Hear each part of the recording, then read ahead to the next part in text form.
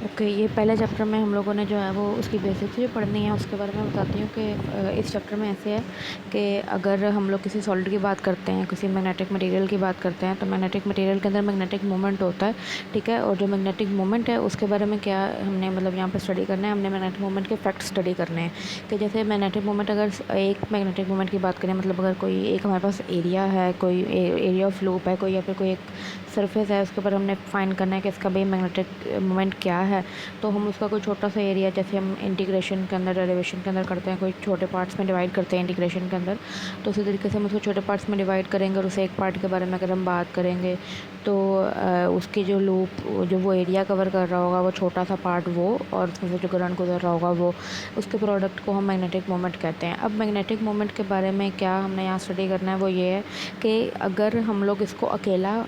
जो है उसको स्टडी करें, और अगर हम लोग इसका कंबाइन इफेक्ट स्टडी करें तो उसके साथ क्या इफेक्ट हैं, मतलब कि उसके इफेक्ट्स हम लोग पढ़ेंगे कि मैग्नेटिक मोमेंट के क्वांटम और क्लासिकल के मुताबिक क्या इफेक्ट्स हैं। बिकॉज उनकी प्रॉपर्टीज़ जब कंबाइन होते हैं तो वो बहुत ज़्यादा चेंज हो जाती है। मतलब एक मैग्नेटिक मोमेंट होगा तो उसका इतना इफेक्ट नहीं होगा, लेकिन अगर हम पूरी सरफेस की बात करें, जैसे कि इंटीग्रेशन में हम पूरा सम करते हैं सारे पार्ट्स का उसका, इसी तरीके से कि अगर हमारे पास एक रजिस्टर का पेज है, उसके ऊपर मैथ के रजिस्टर का पेज है, ठीक है, मैथ का शीट है, तो अगर हम उसमें एक बॉक्स लें तो उसका कोई इतना हमारे लिए कोई ख़ास अहमियत नहीं है, उसका कोई इफेक्ट नहीं है। बट इफ़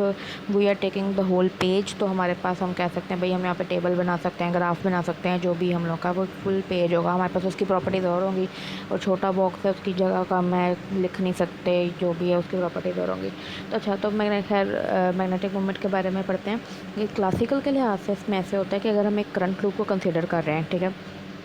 उसके अंदर से जो करंट गुजर है उसको हम आई से ज़ाहिर करेंगे, और जो उस करंट लूप का एरिया होगा वो हमारे पास क्या होगा, हमारे पास ये इसके अंदर है, ये देखो,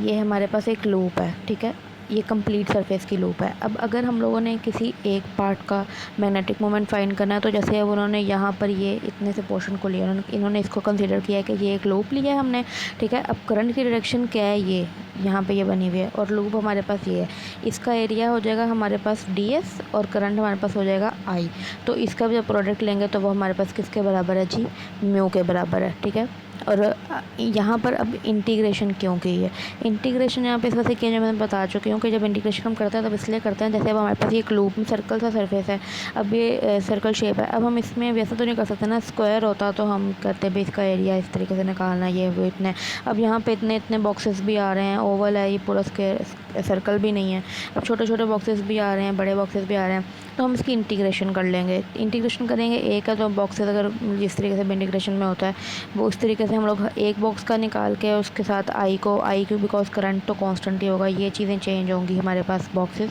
तो हमने ds की इंटीग्रेशन कर लेनी है, तो उससे हमारे पास क्या आ जाएगा, मैग्नेटिक मोमेंट। अच्छा, अब मैग्नेटिक मोमेंट हमें पता लग गया कि ये इसका प्रोडक्ट है, मतलब कि अगर हम किसी एक एरिया की बात करें, जैसे इतनी सी लूप की बात कर रहे हैं, या फिर इस जो ये लूप है हमारे पास, इसके अंदर कोई छोटा सा जैसे ये एरिया मेंशन है इसकी बात करें, तो हमारे पास ये du आ जाएगा, ठीक है। लेकिन अगर हम, अच्छा, इसका यूनिट है am का स्क्वायर, और उन्होंने कहा है जो ds है वेक्टर हमारे पास ये वाला, इसके जो लेंथ है वो हमारे पास जो लूप का एरिया है उसके बराबर होगी। अच्छा, अब एक और चीज़ उन्होंने कही है कि जो हमारे पास जो मैग्नेटिक डाइपोल है, मैग्नेटिक मोमेंट से उन्होंने मैग्नेटिक डाइपोल की बात की है, जो डाइपोल उन्होंने कहा मैग्नेटिक डाइपोल भी बिल्कुल इलेक्ट्रिक डाइपोल की तरह है। इलेक्ट्रिक डाइपोल के अंदर भी 2 चार्जेस होते हैं, ठीक है, अपोजिट चार्ज होते हैं, पॉजिटिव और एक नेगेटिव। तो हम कह सकते हैं कि मैग्नेटिक डाइपोल के अंदर भी जो है ना वो इसी तरीके से 2 मैग्नेटिक मोनोपोल्स होते हैं, मोनोपोल्स, ठीक है, अपोजिट चार्जेस के साथ, जो कि स्मॉल डिस्टेंस के साथ सेपरेट किए होते हैं लेकिन सेम डायरेक्शन में होते हैं, ठीक है। सेपरेटेड अपोजिट चार्जेस हैं, अपोजिट मोनोपोल्स हैं, जो कि अपोजिट मैग्नेटिक चार्ज रखते हैं और उनकी डायरेक्शन जो है वो सेम होती है, वो हम मैग्नेटिक डाइपोल कहते हैं। अब अच्छा, अब मैग्नेटिक डाइपोल के बाद उन्होंने मतलब इसके बारे में बात की, डायग्राम के बारे में, कि जैसे उन्होंने कहा कि अगर हम एक इनफाइनाइट साइज़ की लूप लेते हैं, जैसे ये उन्होंने ले ली है, ठीक है, अच्छा, इसके अंदर अगर हम इंटीग्रेशन करते हैं तो इंटीग्रेशन के अंदर हम एक ये वाली लूप कंसीडर करते हैं, ठीक है, इसका एरिया कंसीडर किया। अब हमने काफ़ी सब लूप्स का निकालना, तो हम क्या कर लेंगे, हम समेशन कर लेंगे तमाम लूप्स के करंट की और मैं इसके एरिया की वेक्टर ds वेक्टर की। अब क्योंकि ds वेक्टर जो है वो हमारे पास वो डाइपोल बन रहा था, वो सबको एक दूसरे को कैंसिल कर देगा, तो सिर्फ करंट कौन सा रह जाएगा, ये जो हमारे इसके पैरामीटर के अंदर से गुजर रहा है, ठीक है। तो इस वजह से हमने करंट वैसे भी कांस्टेंट है, तो करंट को हमने बाहर रख लिया और सिर्फ इंटीग्रेशन हमने कर ली ds की। मतलब कि अगर हम डी न्यू इस कंप्लीट की इंटीग्रेशन करें तो आई कांस्टेंट के ज़रिए पे बाहर आ जाएगा और जो ds है वो हमारे पास